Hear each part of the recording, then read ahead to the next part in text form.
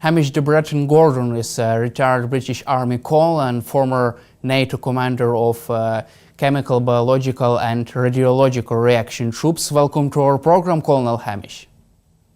Thank you very much for having me. President of Ukraine, Volodymyr Zelenskyy, has agreed to ceasefire deal in the air and at the sea. If Russia also is open to this ceasefire proposal, what is your reaction to this development? Well, I think it's been a very difficult time, really, over the last 5 or 6 days, and don't want to go over old ground, as it were.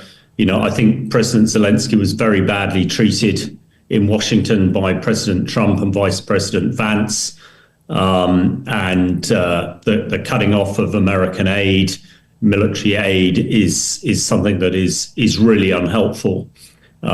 The American president seems to forget that President Putin of Russia is the aggressor here. It is the Russians who invaded Ukraine in 2014. It's the Russians who invaded Ukraine on the 24th of February 2022. So I think the reaction by the US president is really most unhelpful. But what it has done, I think, is galvanized us in Europe to realize that we must play a much more leading role in the defense of Europe, and Ukraine is absolutely part of Europe in this case. And going forward, the European armies and militaries, I'm delighted to say, led by the UK and the British Prime Minister, need to step up to support Ukraine. When it comes to the peace, as you say, President Zelenskyy is starting to talk about the first stage of a peace plan with a ceasefire in the air and on the sea. Now, I think what President Trump and others who are critical at the moment are forgetting is that the Russians are the ones who have to agree to a ceasefire, and they've said nothing at the moment.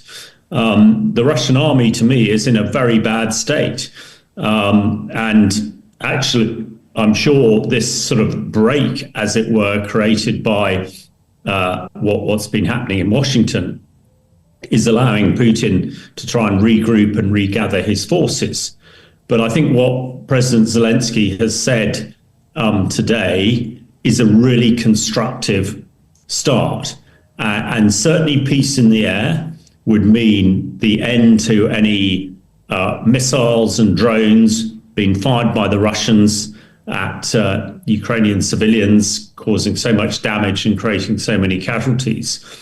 And peace in the sea, which actually Ukraine pretty much controls the Black Sea anyway, is a really good first step. And if Putin is serious about peace, he should agree to it very quickly so that we can then get on to the next stages. This war has gone on far, far too long. The Russians have really been allowed to get on and do what they like. And although it's very unfortunate, I think what the Americans and President Trump, and I would say the majority of Americans I speak to, do not support some of the things he and his vice president are saying, that at least there is the opportunity for a ceasefire. But whatever deal is going to be done must be something that the Ukraine people can agree to. Also, like to cover with you this a ceasefire plan. British Prime Minister Keir Starmer is ready to deploy boots on the ground and planes in the air as a part of a ceasefire deal. What is your take on such plan, and is it possible to conduct this mission without American backstop, without US backstop? Well, I think there are two options here. First of all, there is an option where a European coalition force led by Britain and by France put troops on the ground, sufficient amount, 30 to 40,000 troops, and they must have enough military grunt, as it were, armored divisions to be able to oppose any potential Russian incursions. And in the first instance, the ideal situation would be if the US provided the air power to maintain air superiority with US fighter jets and missiles and others to cover that force. If the US is not prepared to do that, then the European NATO coalition must stump up. And I think what Europe needs to make abundantly clear to both President Trump and President Putin that we are prepared to do this. And I personally believe that there is enough military capability within the European NATO coalition to do this.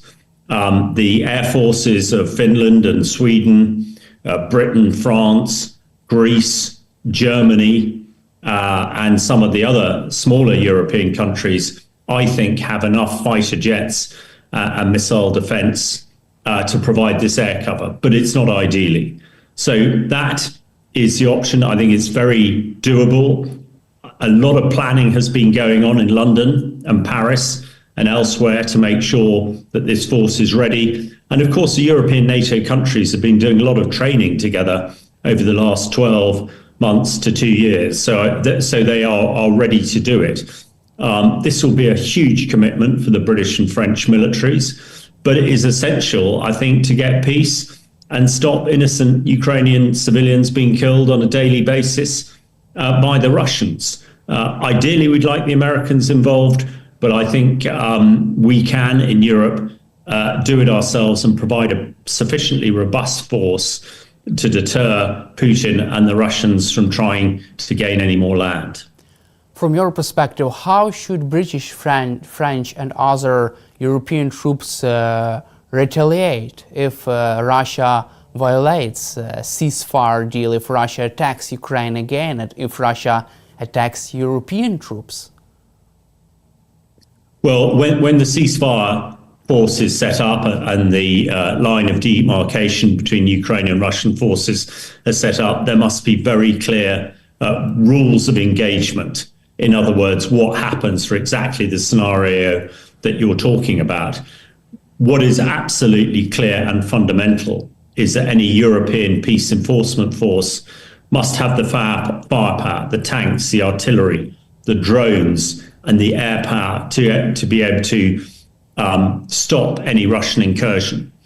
And I think that it clearly can have if we put enough forces on the ground. Of course, it's a huge area.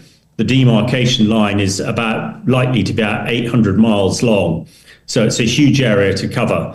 But with sufficient firepower, I think that a European coalition, ideally supported by American air power, can do that. And the Russian army itself is much denuded. They've just passed 1 million casualties. It's clear that they're not very well trained now. So I think a very well-trained European NATO armoured division, infantry division, would have the capability, and also with the intelligence assets that Europe and the US have, to be able to either hopefully deter the Russians from doing anything, and if they did do something, to hit them really hard very quickly. And do you feel that European countries are capable of hitting Russia very hard without American involvement? Well, I think it will be more difficult without American involvement. But yes, I'm pretty clear that we could do this. You know, British and French, all the British and French and the Nordic countries' armies are highly trained.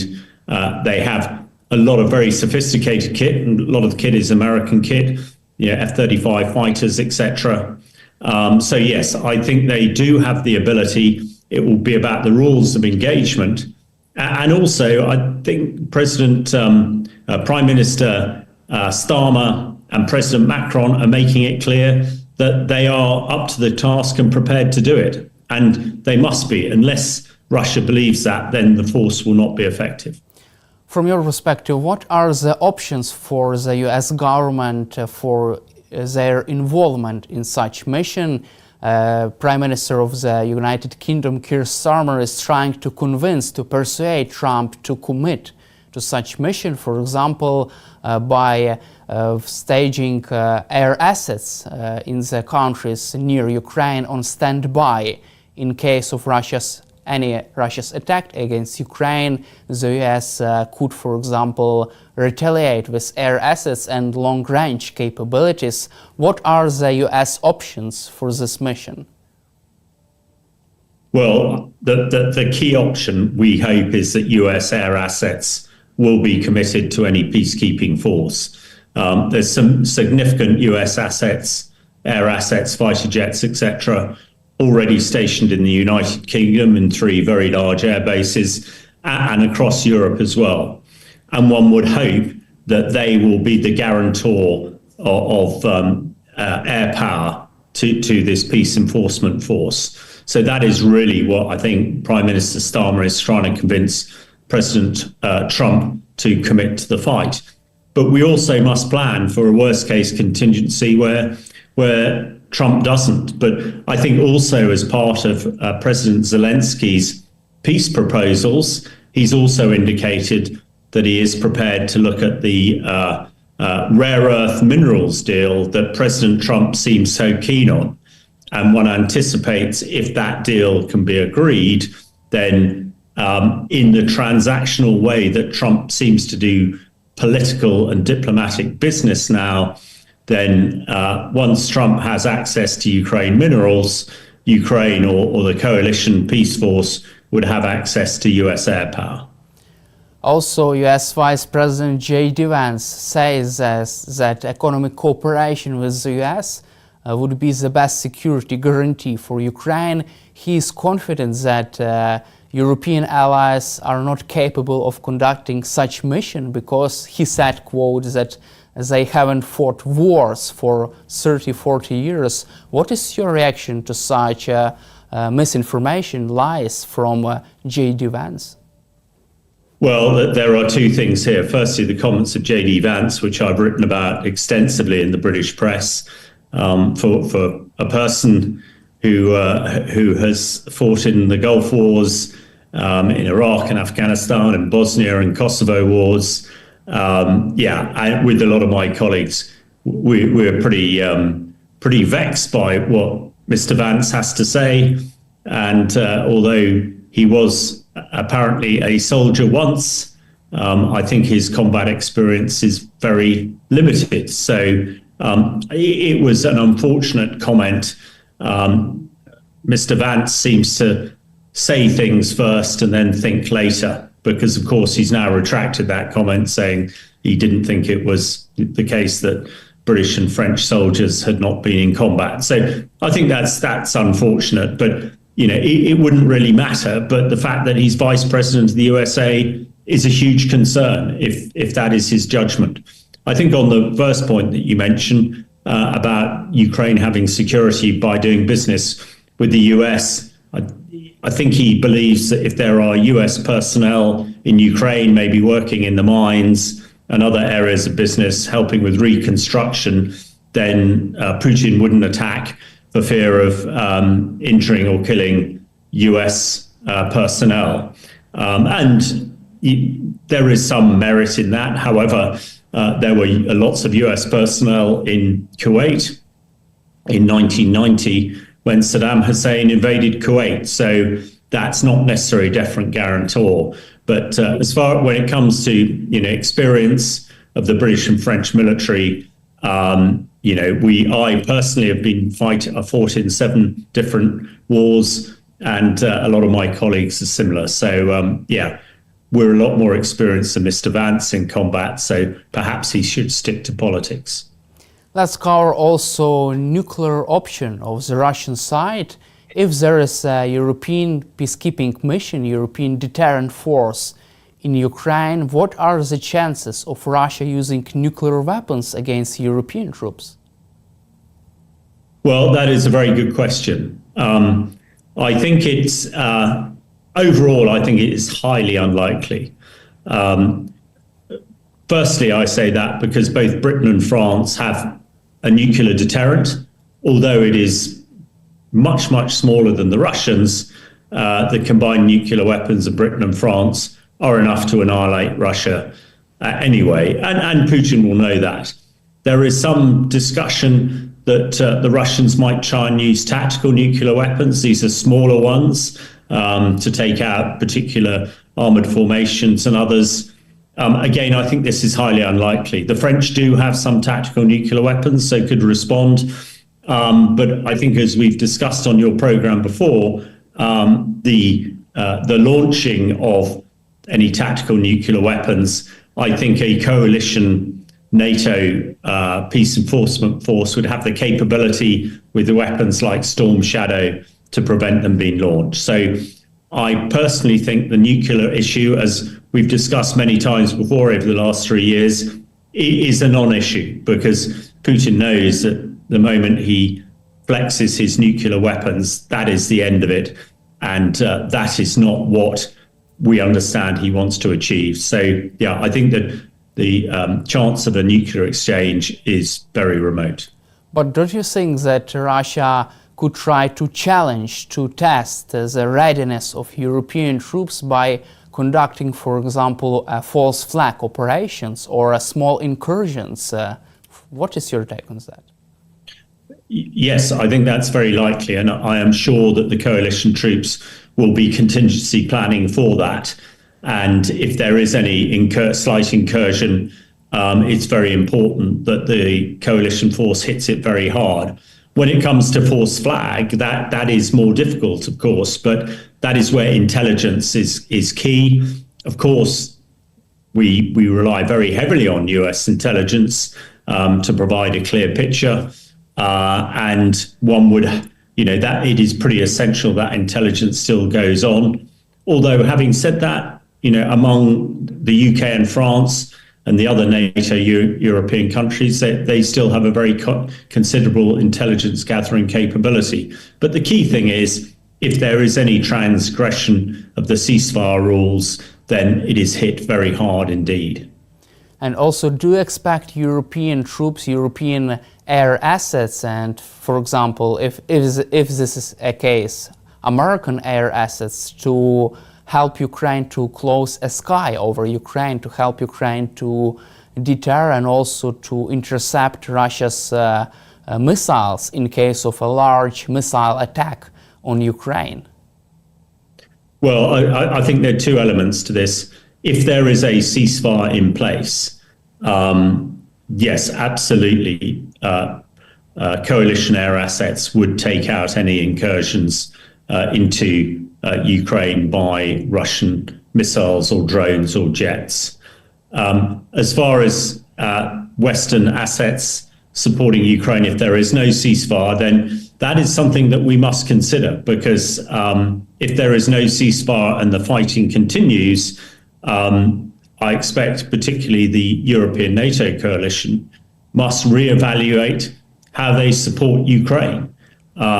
What is very clear in the West, in Europe, is that we cannot afford, we will not allow Russia to take Ukraine completely. So there is a scenario, and it's a worst case scenario, where British and French troops might have to be on the ground to support Ukraine against Russia, and fighter jets in the air. I would add that that is worst case scenario, but if there is a ceasefire in place, absolutely coalition air power would take out any missiles fired at Ukraine. But would coalition forces have enough air defense systems to protect, for example, its own troops on the ground in Ukraine? Because Prime Minister Keir Starmer is also trying to convince Trump to provide European allies with additional air defense assets. What is your opinion on that?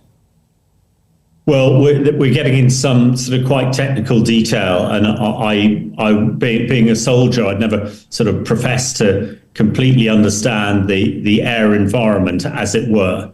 It is a very good point that you make, but I am sure that the British and French and the European coalition would not want to deploy troops into a ceasefire line without the right air defence cover. It's a technical issue. I intuitively think that with all the air assets that are available in Europe, it is possible, but of course it would be far easier with the Americans providing the backstop and the support to cover the air. But if that's not the case, then Europe is going to have to do the best it can. And what could happen if Russia, for example, attacks Ukraine not from the Russian territory, but, for example, from a territory of Belarus? How should European allies respond? Well, I think it's the same deal with the ceasefire.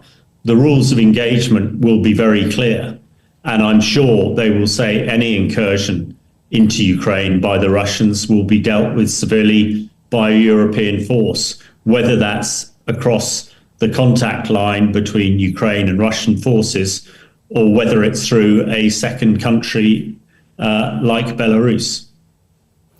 Also, let's cover the topic on the war in Ukraine on the ground. Russia's offensive on the east of Ukraine has been slowed down by the Ukrainian army. Ukraine tries to stabilize the front lines.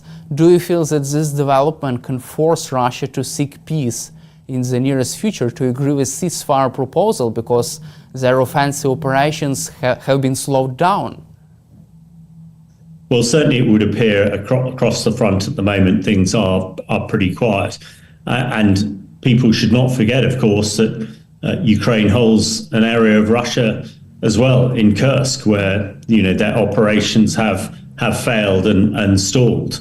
So it gives some advantage to Ukraine. I personally think that in what we call in military terms, the Russian army has culminated. In simple words, it means that it's run out of steam, run out of power. It really can't go much further. So I think any negotiations that happen between Ukraine and Russia, then that needs to be made very clear, because there is obviously some detailed negotiations over land to consider. The Russians have taken 4 oblasts and, of course, the Crimea.